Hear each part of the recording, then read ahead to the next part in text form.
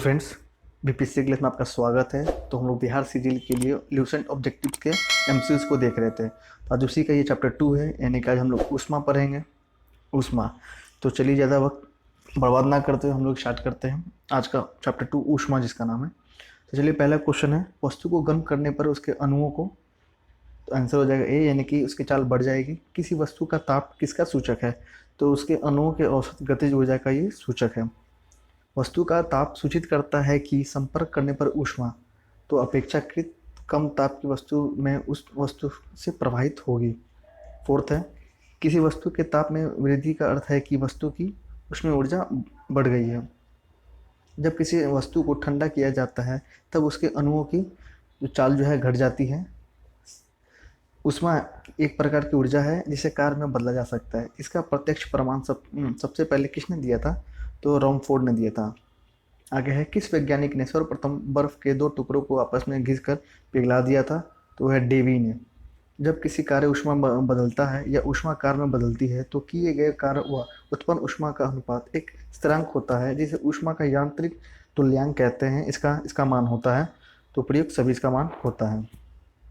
आगे है, निम्न से कौन सही है? तो आपका ए सही है, W/Q-J। आगे है 10th नंबर, जब कुछ पानी का लगातार मंथन यानी कि चर्निंग किया जाता है तब उसका ताप बढ़ जाता है। इस प्रक्रिया में हो जाएगा सी, यानी कि यांत्रिक ऊर्जा का रूपांतर ऊष्मीय ऊर्जा में होता है। आगे है, वाष्प इंजन में उबलते हुए जल का तापमान किस कारण से उच्च हो सकता है? हो जाएगा बॉयलर के अंदर उच्च दाब होता है। आगे है, शीतकाल में हैंडपंप का पानी गर्म होता है क्योंकि? तो पृथ्वी के भीतर तापमान वायुमंडल के तापमान से अधिक होता है। बी ऑप्शन सही है। एसआई सिस्टम में तापमान की इकाई है तो केल्विन। इनमें से कौन ऊष्मा का मात्रक नहीं है? तो डिग्री सेल्सियस। ताप का एसआई मात्रक क्या है? तो केल्विन। 1 किलो कैलोरी ऊष्मा का मान क्या होता है? तो 4.2 इंटू 10⁻³ जूल होता है। जलप्रपात के अधस्थल पर जल का तापमान ऊपर की अपेक्षा अधिक होने का कारण क्या है? हो जाएगा आपका सी, यानी कि गिर रहे जल की गतिज ऊर्जा ऊष्मा में बदल जाती है।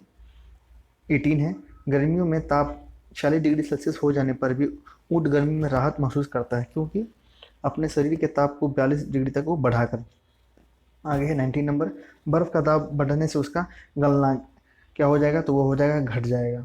20 है, मौसम तापमापी द्रव्य तापमापियों की तुलना में ज़्यादा संवेदी होती हैं क्योंकि गैस।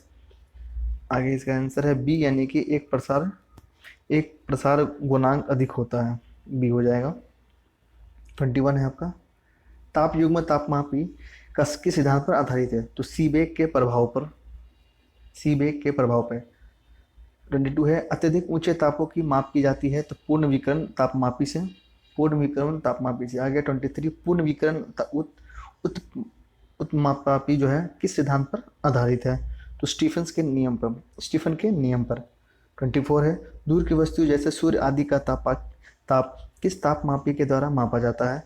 हो जाएगा पूर्ण विकिरण उत्मापापी द्वारा। आगे है 25, ठंडे देशों के पारा के स्थान पर अल्कोहल को तापमापी द्रव के रूप में वरीयता दी जाती है क्योंकि अल्कोहल का द्रव्यांक निरंतर होता है। 26 है, विकिरण पायरोमीटर से कितना तापक्रम नापा जाता है? तो 800 डिग्री सेल्सियस के ऊपर थर्मोकपल द्वारा बनाया जाता है तो दो असदृश धातुओं को। 27 है, 28, सूर्य का ताप मापा जाता है तो पायरोमीटर तापमापी द्वारा। 29 है आपका, तापमापी के पारा का प्रयोग किया जाता है क्योंकि यह अपारदर्शी तथा चमकदार होता है अतः अंकित ताप से कठिन से सुविधा होती है। आर है इसका, पारा कांच पर नहीं चिपकता तथा वाष्पशील नहीं है। तो इसका आंसर हो जाएगा ए, यानी कि ए और आर दोनों सही हैं और जो आर जो है ए की सही स्पष्टीकरण करता है। निम्न से कौन सा सही है? तो ये फॉर्मूला है वो सही है।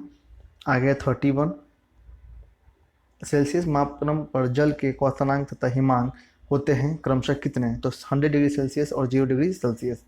32 है, ताप के सेल्सियस पैमाने पर परम शून्य ताप होता है तो -273 डिग्री सेल्सियस। केल्विन माप से मानव शरीर का सामान्य ताप क्या है? तो 310। आगे 34, कौन सा तापमान सेंटीग्रेड और फ़ारेनहाइट दोनों प्रकरणों में एक समान होता है? तो -40 डिग्री सेल्सियस। न्यूनतम संभव ताप क्या है? तो -273 डिग्री सेल्सियस। 36 है, फ़ारेनहाइट स्केल पर किसी वस्तु का ताप 212 डिग्री फ़ारेनहाइट है, सेल्सियस पैमाने पर उस वस्तु का ताप क्या होगा? तो होगा 100 डिग्री सेल्सियस। 37 है, सेल्सियस पैमाने का 0 डिग्री सेल्सियस फ़ारेनहाइट स्केल के कितने डिग्री के बराबर होगा? 32 डिग्री। मानव शरीर का सामान्य तापक्रम 98.4 डिग्री फ़ारेनहाइट है, इसके बराबर डिग्री सेल्सियस में तापक्रम क्या है? तो हो जाएगा 36.89। आगे 39, फ़ारेनहाइट मापक्रम पर सामान्य वायुमंडलीय दाब पर उबलते पानी का ताप होता है 212 डिग्री फ़ारेनहाइट। आगे है, दिल्ली में जल का क्वथनांक 100 डिग्री सेल्सियस है, तो मसूरी में जल का तापमान क्या होगा? वो हो जाएगा 100 डिग्री सेल्सियस से कम। आगे है, एक मनुष्य का तापक्रम 60 डिग्री सेल्सियस है, तो उसका तापक्रम फ़ारेनहाइट में क्या होगा? तो 140 डिग्री फ़ारेनहाइट हो जाएगा। 42 है आपका, किसी मनुष्य के शरीर का सामान्य तापक्रम क्या होता है? हो जाएगा 98 डिग्री फ़ारेनहाइट। आगे है, तप्त जल में थैलों में जल का प्रयोग किया जाता है क्योंकि इसकी विशिष्ट ऊष्मा अधिक होती है। 44 है, धातु की चारदानियों में लकड़ी है के हैंडल क्यों लगे होते हैं? तो हो जाएगा लकड़ी ऊष्मा का कुचालक होती है इस कारण से। आगे है 45, जब गर्म पानी के मोटे कांच के गिलास के ऊपर छिड़का जाता है तो वह टूट जाता है, इसका क्या कारण है? तो अचानक ही गिलास विस्तारित हो जाता है। 46 है, पानी का घनत्व किस ताप पर अधिकतम होता है? तो 4 डिग्री सेल्सियस पर। 47 है, जब बर्फ को 0 डिग्री सेल्सियस से 10 डिग्री सेल्सियस तक गर्म किया जाता है तो जल की आयतन क्या हो जाएगा? तो पहले कम होती है और उसके बाद में वो बढ़ जाती है। यदि जल को 10 डिग्री से 0 डिग्री सेल्सियस तक ठंडा किया जाए तो क्या होगा? हो जाएगा आपका ए, यानी कि जल का आयतन 4 डिग्री सेल्सियस तक तो कम होगा फिर बढ़ जाएगा। आगे है 49, साइकिल के ट्यूब अधिकांशतः गर्मियों में क्यों फटते हैं? तो गर्मियों के कारण ट्यूब फट जाता है, यहाँ पे सिंपल ए आंसर है। आगे 50, शीशे की छड़ जब भाप में रखी जाती है इसकी लंबाई बढ़ जाती है परंतु इसकी चौड़ाई तो अव्यवस्थित होती है। 51 है, लोलक घड़ी गर्मी में सुस्त क्यों हो जाती है? इसका आंसर है सी, यानी कि लोलक की लंबाई बढ़ जाती है इसके जिसे इकाई दोलन में लगा हुआ समय जो है अब बढ़ जाता है। 52 है, एक धातु की ठोस गेंद के अंदर कोटर है, जब इस धातु की गेंद को गर्म किया जाएगा तो कोटर का आयतन क्या होगा? बढ़ जाएगा। 53 है, जब किसी बोतल में पानी भरा जाता है और उसे जमने दिया जाता है तो बोतल टूट जाती है क्योंकि? यह है इसका आंसर, यानी कि पानी जमने पर फैलता है। 54 है, अत्यधिक शीत ऋतु में पहाड़ों पर पानी की पाइपलाइनें फट जाती है, इसका क्या कारण है? तो पाइप में पानी जमने पर फैल जाता है। आगे 55, दो रेल पटरियों के मध्य जोड़ पर एक छोटा सा स्थान क्यों छोड़ा जाता है? इसका आंसर होगा बी, यानी क्योंकि धातु गर्म करने पर फैलती है और ठंडी होने पर वो संकुचित होती है, इस कारण से। 56 का आंसर है, किसी झील की सतह पर का पानी बस जमने ही वाला है, झील के अंत स्थल में उस जल का क्या तापमान होगा? हो जाएगा 4 डिग्री सेल्सियस। 57 है, शीतकाल में जब ठंड से जल जम जाता है तो मछली और अन्य जलीय जीव, इसका आंसर है ए, यानी कि जीवित रह सकते हैं क्योंकि जल का केवल ऊपरी परत ही जमता है, नीचे का पार्ट नहीं जमता है। 58 है, ऊष्मा के संचरण यानी कि विधि क्या है? तो हो जाएगा आपका उपयुक्त सभी, यानी कि चालन, विकिरण और संवहन। 59 है, ऊष्मा के संचरण की किस विधि में पदार्थ के अणु एक स्थान से दूसरे स्थान तक स्वयं नहीं जाते हैं? हो जाएगा आपका आंसर चालन। 60 है, द्रवों और गैसों के में ऊष्मा का स्थानांतरण निम्नलिखित में से किस विधि द्वारा होता है? तो संवहन हो जाएगा इसका आंसर। 61 है, विद्युत केतली में पानी गर्म होता है तो संवहन के द्वारा। 62 है, सूर्य की ऊष्मा पृथ्वी पर निम्नलिखित में से किस प्रकार के संचार माध्यम से आती है? तो हो जाएगा विकिरण। ऊष्मा के हस्तांतरण की किस विधि के माध्यम से आवश्यक नहीं है? हो जाएगा विकिरण। 64 है, ऊष्मा संचरण की वह विधि जिसमें माध्यम के कण गति नहीं करते कौन सी है? हो जाएगा आंसर इसका विकिरण। 65 है, निम्नलिखित में से कौन ऊष्मा का सर्वोत्तम चालक है? वो है पारा। चांदी की ऊष्मीय चालकता तांबे की ऊष्मीय चालकता की अपेक्षा अधिक होती है। बोलोमीटर मापन एक युक्ति है तो ऊष्मीय विकिरण के। 68 है, ठंड के दिनों में लोहे के गुटके और लकड़ी के गुटके को प्रातः काल में छुएं तो लोहे का गुटका ज़्यादा ठंड लगता है क्योंकि लकड़ी की तुलना में लोहा ऊष्मा का अच्छा चालक है। 69 है, कड़े जाड़े में झील की सतह हिमचितित हो जाती है किंतु उसके तल में जल द्रव अवस्था में बना रहता है, यह किस कारण से होता है? तो जल की संघनता जो है 4 डिग्री सेल्सियस पर अधिकतम होती है। एक टेबल पंखे को बंद कमरे में चलने पर कमरे की हवा क्या हो जाएगी, गर्म होगी। कमरे में रखे हुए रेफ्रिजरेटर के दरवाजे खुले छोड़ दिए तो क्या होगा, कमरा धीरे धीरे गर्म हो जाएगा। 72 है, यदि किसी धातु को खाना पकाने के बर्तन बनाने में प्रयुक्त किया जाता है तो ताप चालकता क्या होगा, तो कम होनी चाहिए। निम्नलिखित में से कौन ऊष्मा का सबसे अच्छा सुचालक है, तो समुद्र का पानी। आणविक संगठन के द्वारा ऊष्मा का संप्रेषण क्या कहलाता है, संवहन कहलाता है। आगे है, निम्नलिखित द्रवों में कौन सा ऊष्मा का बहुत अच्छा चालक है, आपका होगा पारा। सूर्य विकिरण कौन सा भाग लेकर सोलर कुकर को गर्म कर देता है, तो अवरक्त विकिरण। शीतकाल में कपड़े हमें गर्म रखते हैं क्योंकि शरीर की ऊष्मा को बाहर जाने से रोकते हैं। धूप से बचने के लिए छाते का रंग संयोजन निम्न से कौन सा उचित होगा, तो ऊपर सफ़ेद नीचे काला, ऊपर सफ़ेद नीचे काला।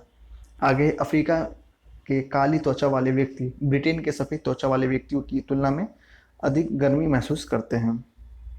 सुबह जब सूरज इतना गर्म नहीं होता जितना दोपहर का, क्योंकि सुबह के समय सूरज की किरणों का अंतरिक्ष में अधिक दूरी तय करनी पड़ती है, इस कारण से। आगे 81, काले वस्त्रों के मुकाबले श्वेत वस्त्र शीतल क्यों होते हैं, तो उनके पास जो भी प्रकाश पहुंचता है वह परिवर्तित करते हैं। 82 होगा, ऊनी कपड़े सूती कपड़ों की अपेक्षा गर्म होते हैं क्योंकि वे ताप के अच्छे रोधक होते हैं। आगे 83, निम्नलिखित में से किसके द्वारा अधिक ज्वालक पैदा होता है, हो जाएगा भाप यानी कि स्टीम। वायुमंडल में आर्द्रता की उपस्थिति एक ऐसे स्टील के गिलास की बाह्य सतह पर जल की बूंदें देखकर सुनिश्चित की जाती है जो भरा हो तो ठंडे जल से। 85 है, अच्छे उत्सर्जक अच्छे अवशोषक होते हैं, यह नियम है तो किरचॉफ का नियम। आपको थोड़ा बहुत जो है साउंड का अगल बगल से साउंड को आप सुनाई पड़ रहा होगा तो आप इसे थोड़ा इग्नोर करेंगे।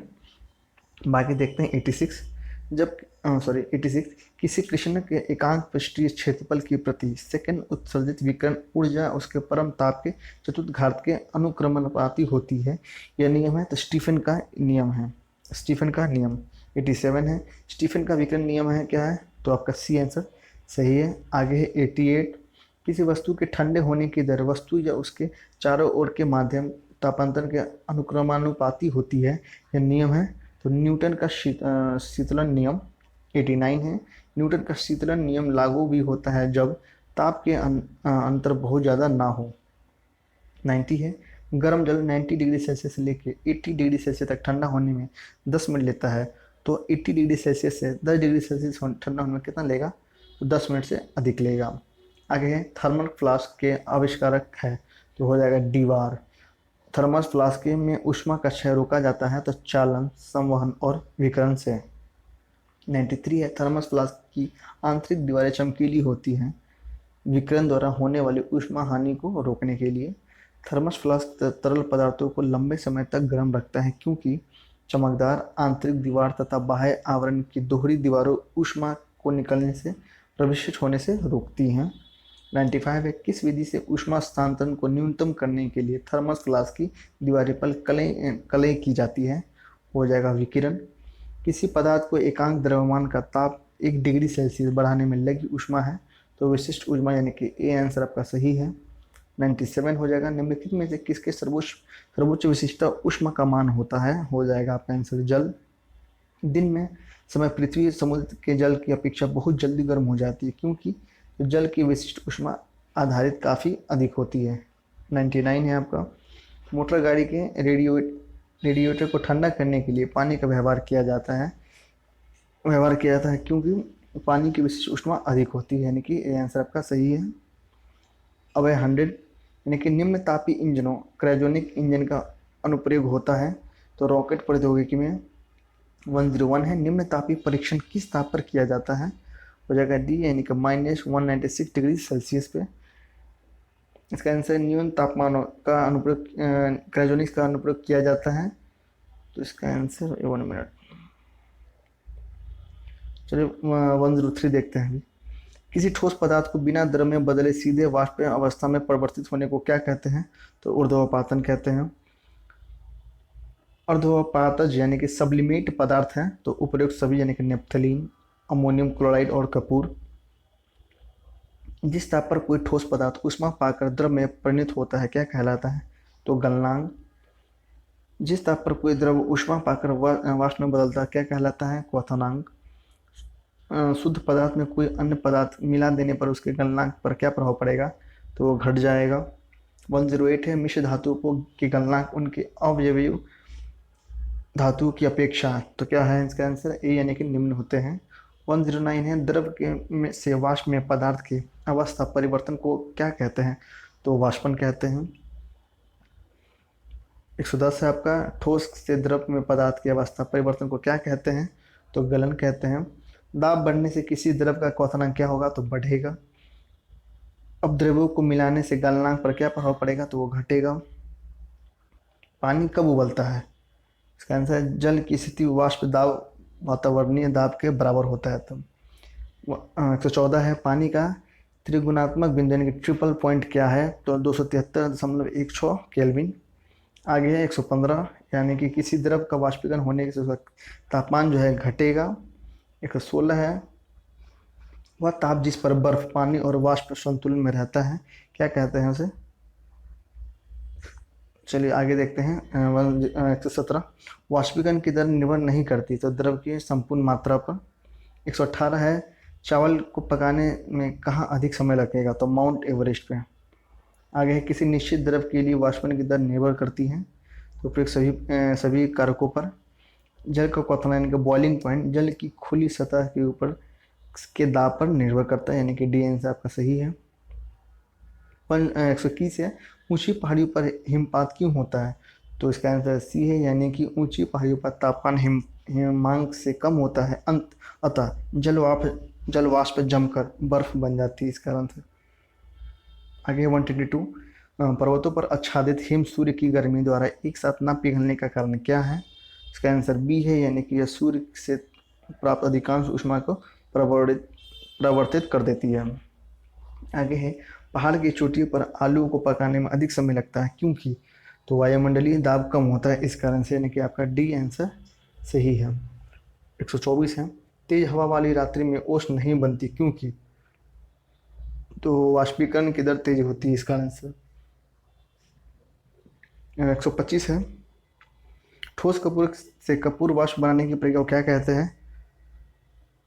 तो डी हो जाएगा यानी कि ऊर्ध्वपातन कहते हैं। 126 गर्मी के दिनों के दौरान मिट्टी के बर्तन में रखा पानी ठंडा हो जाता है क्योंकि निम्नलिखित स्थिति के कारण क्या है? तो उसका आंसर हो जाएगा डी यानी कि वाष्पीकरण के द्वारा। 127 है बर्फ के दो टुकड़े को आपस में दबाने पर टुकड़े आपस में चिपक जाते हैं क्योंकि? तो ए हो जाएगा यानी कि दाब अधिक होने से बर्फ का गलनांक जो है घट जाता है इस कारण से। 128 है बर्फ में स्केटिंग करना प्रदर्शित करता है कि दाब बढ़ने पर बर्फ का गलनांक सी हो जाएगा यानी कि घट जाता है। 129 है पानी से भरे गिलास में एक बर्फ का टुकड़ा तैर रहा है टुकड़े को पूरा पिघल जाने पर गिलास में पानी का दल क्या होगा? तो वह अनचेंज रहेगा यानी कि सी हो जाएगा अपरिवर्तित रहेगा। प्रेशर कुकर में भोजन कम समय में तैयार हो जाता है क्योंकि? तो जल का क्वथनांक बढ़ जाता है इस कारण से। 131 है मनुष्य आर्द्रता से परेशानी महसूस करता है इसका निम्न से उपयुक्त क्या कारण है? तो पसीना का आर्द्रता के कारण वाष्पित होना नहीं होना यानी कि सी आंसर सही है। 132 है किसी द्रव का उसके क्वथनांक से पूर्व उसके वाष्प में बदलने की प्रक्रिया को क्या कहते हैं? तो कहते हैं वाष्पीकरण। पहाड़ों पर पानी निम्नलिखित तापमान पर उबलने लगता है तो 100 डिग्री सेल्सियस से कम। 134 है वह उत्सर्जित या अवशोषित ऊष्मा जो पदार्थ का अवस्था परिवर्तन तो करती है परंतु ताप में किसी प्रकार का परिवर्तन नहीं करती क्या कहलाती है? तो गुप्त ऊष्मा। 135 है किसी ठोस पदार्थ के एकांक द्रव्यमान को उसके गलनांक पर ठोस से द्रव में बदलने के लिए आवश्यक ऊष्मा वो क्या कहते हैं? तो ठोस की गलन की गुप्त ऊष्मा। 136 है बर्फ के गलन की गुप्त ऊष्मा का मान होता है तो 80 कैलोरीज यानी कि सी सही है। 137 देखते हैं वाष्प की गुप्त ऊष्मा होती है तो 536 कैल। आगे है 138 भाप से हाथ अधिक जलता है अपेक्षाकृत उबलते पानी जल से क्योंकि इनके भाप में जो है गुप्त ऊष्मा होती है यानी कि लैटेंट हीट ऑफ एनर्जी होती है यानी कि 138 का ए हो जाएगा। आगे है 139 ऊष्मा गति के प्रथम नियम से संरक्षित होता है तो ऊर्जा। 140 है आंतरिक ऊर्जा की संकल्पना ऊष्मा गति के किस नियम से मिलती है? तो है प्रथम नियम। रुद्धोष्म परिवर्तन में है क्या? तो इसका आंसर ए यानी कि ऊष्मा अपरिवर्तित रहती है। 142 है समतापीय परिवर्तन में, तो हो जाएगा आपका बी यानी कि ताप अपरिवर्तित रहती है। रेफ्रिजरेटर में थर्मोस्टेट यानी का कार्य क्या है? तो एक समान तापमान को बनाए रखना उसका यही कार्य है। 144 है ऊष्मा गति का प्रथम नियम किस अवधारणा की पुष्टि करता है? हो जाएगा पर ऊर्जा संरक्षण। 145 है सूर्य की सतह का ताप होता है। 146 देखते हैं जब पानी में नमक मिलाया जाता है तो निम्नलिखित में से कौन सा परिवर्तन होता है? तो क्वथनांक बढ़ जाता है और जमाव बिंदु जो आपका घट जाता है। आगे है 147 गर्म मौसम में पंखा चलाने से आराम महसूस होता है क्योंकि हमारा पसीना तेजी से वाष्पीकृत होता है इस कारण से। आगे 148 कमरे को ठंडा किया जा सकता है तो संपीड़ित गैस को छोड़ने से। आगे है 149 किस पिंड ऊष्मा का सबसे अधिक अवशोषण करता है जब वह काला और खुरदरा? यानी कि आंसर आपका सही है। 150 देखते हैं किस बिंदु पर फ़ारेनहाइट तापक्रम सेंटीग्रेड तापक्रम का दुगना होता है? तो 160 डिग्री फ़ारेनहाइट पे। 151 है थर्मामीटरों में आमतौर पर पारद का प्रयोग किया जाता है क्योंकि इसमें उच्च चालकता होती है। आपका आंसर सी है यानी कि उच्च चालकता होती है। 152 है अशुद्धि के कारण द्रव का क्वथनांक तो बढ़ जाता है। 153 है एक स्वस्थ मनुष्य के शरीर का तापक्रम क्या होता है? तो 37 डिग्री सेल्सियस। और प्रेशर कुकर में खाना कम समय में पकता है क्योंकि अधिक दबाव के कारण उबलते पानी का तापक्रम जो है आपका बढ़ जाता है। 155 है किसी वस्तु की अपशिष्ट ऊष्मा किस पर निर्भर करती है? तो पिंड के द्रव्य पर। गर्मियों में सफ़ेद कपड़े पहनना आरामदायक होता है क्योंकि यह अपने ऊपर पड़ने वाली सभी ऊष्मा को परावर्तित कर देती है। 157 है खाना पकाने के बर्तनों के नीचे एक बाहरी हिस्सा काला क्यों छोड़ा जाता है? तो काली सतह ऊष्मा की अच्छी अवशोषी होती है इस कारण से। आगे है 158 एक श्वेत और चिकनी सतह कैसी होती है? तो ताप की खराब अवशोषक तथा अच्छी परावर्तक। सी आंसर इसका सही है। आगे है 159 निम्न में से कौन सा कथन सही नहीं है? तो आपका हो जाएगा सी यानी कि एयर कंडीशनर आर्द्रता नियंत्रित करता है परंतु एयर कूलर आर्द्रता नियंत्रित नहीं करता। 160 है एक थर्मामीटर जो 2000 डिग्री सेल्सियस मापने हेतु उपयुक्त होता है वह है? तो पूर्ण विकिरण पायरोमीटर। सी आंसर सही है। जब सीले बिस्कुटे को थोड़ी देर के लिए फ्रिज में अंदर रखा जाता है तो वह कुरकुरे हो जाते हैं क्योंकि फ्रिज के अंदर आर्द्रता कम होती है और इसलिए अतिरिक्त नमी अवशोषित हो जाती है। इस कारण से आपका बी आंसर सही है। 162 है शीतकाल में एक मोटी कमीज की अपेक्षा दो पतली कमीजों हमें अधिक गर्म क्यों रख सकती हैं? तो दो कमीजों के बीच वायु के प्रतिरोधी के माध्यम के रूप में काम करती है इस कारण से आपका सी आंसर सही है। 163 है निम्नलिखित में से किसकी ऊष्मा आधारित अधिक है? तो जल की। आगे है 164 यदि किसी स्थान के तापमान में सहसा वृद्धि होती है तो अपेक्षाकृत आर्द्रता आपका घटती है। आगे 165 सेल्सियस में माप का कौन सा तापक्रम 300 के बराबर है? यानी कि हो जाएगा आपका 27 डिग्री सेल्सियस। आगे है 166 बिना किसी ताप परिवर्तन के किसी पदार्थ को द्रव से गैस में परिवर्तित करने के लिए अपेक्षाकृत ऊष्मा को किसकी गुप्त ऊष्मा कहा जाता है? तो हो जाएगा वाष्पन। 167 है ब्लैक बॉडी किसकी विकिरण को अवशोषित कर सकती है? तो केवल उच्च तैरतरंग। 168 है शीत ऋतु के दिनों में हम मौसम किस प्रकार का होने पर ज़्यादा ठंड महसूस करते हैं? तो साफ मौसम में। आगे है निम्नलिखित में से कौन सा कथन सही है? तो वायु के ताप में बढ़ोतरी से वायु की नमी धारण करने की क्षमता कम हो जाती है, यानी कि आपका आंसर सी यहाँ सही है। 170 है 0 डिग्री सेल्सियस पर जल और बर्फ क्रिस्टल समवस्था में होते हैं जब इस प्रणाली पर दाब प्रयुक्त किया जाता है तब ए आंसर सही है, यानी कि बर्फ का अधिक भाग जल बन जाता है। 171 है मिट्टी के घड़े में निम्न में से किस क्रिया के कारण जल ठंडा होता है? तो बी हो जाएगा, यानी कि वाष्पीकरण के द्वारा। 171 है मिट्टी के घड़े में निम्न से, सॉरी सेम क्वेश्चन है। 172 है आपका 0 डिग्रीज पर एक गिलास का पानी बर्फ में नहीं बदलता, इसका क्या कारण है? तो गिलास के पानी को जमने के लिए उसमें से कुछ मात्रा में ऊष्मा देनी आवश्यक है, यानी कि सी सही है। 173 प्रेशर कुकर में भोजन तेजी से पकता है क्योंकि वायु दाब में वृद्धि क्वथनांक को बढ़ा देती है। 174 है पसीना शरीर को ठंडा करता है क्योंकि, तो वाष्पीकरण के लिए गुप्त ऊष्मा की आवश्यकता होती है। तो फ्रेंड्स हम लोग ने 174 जो क्वेश्चन एमसीक्यूज है वो हम लोग ने देख लिए हैं। तो आई होप कि आपको वीडियो अच्छा लगा होगा और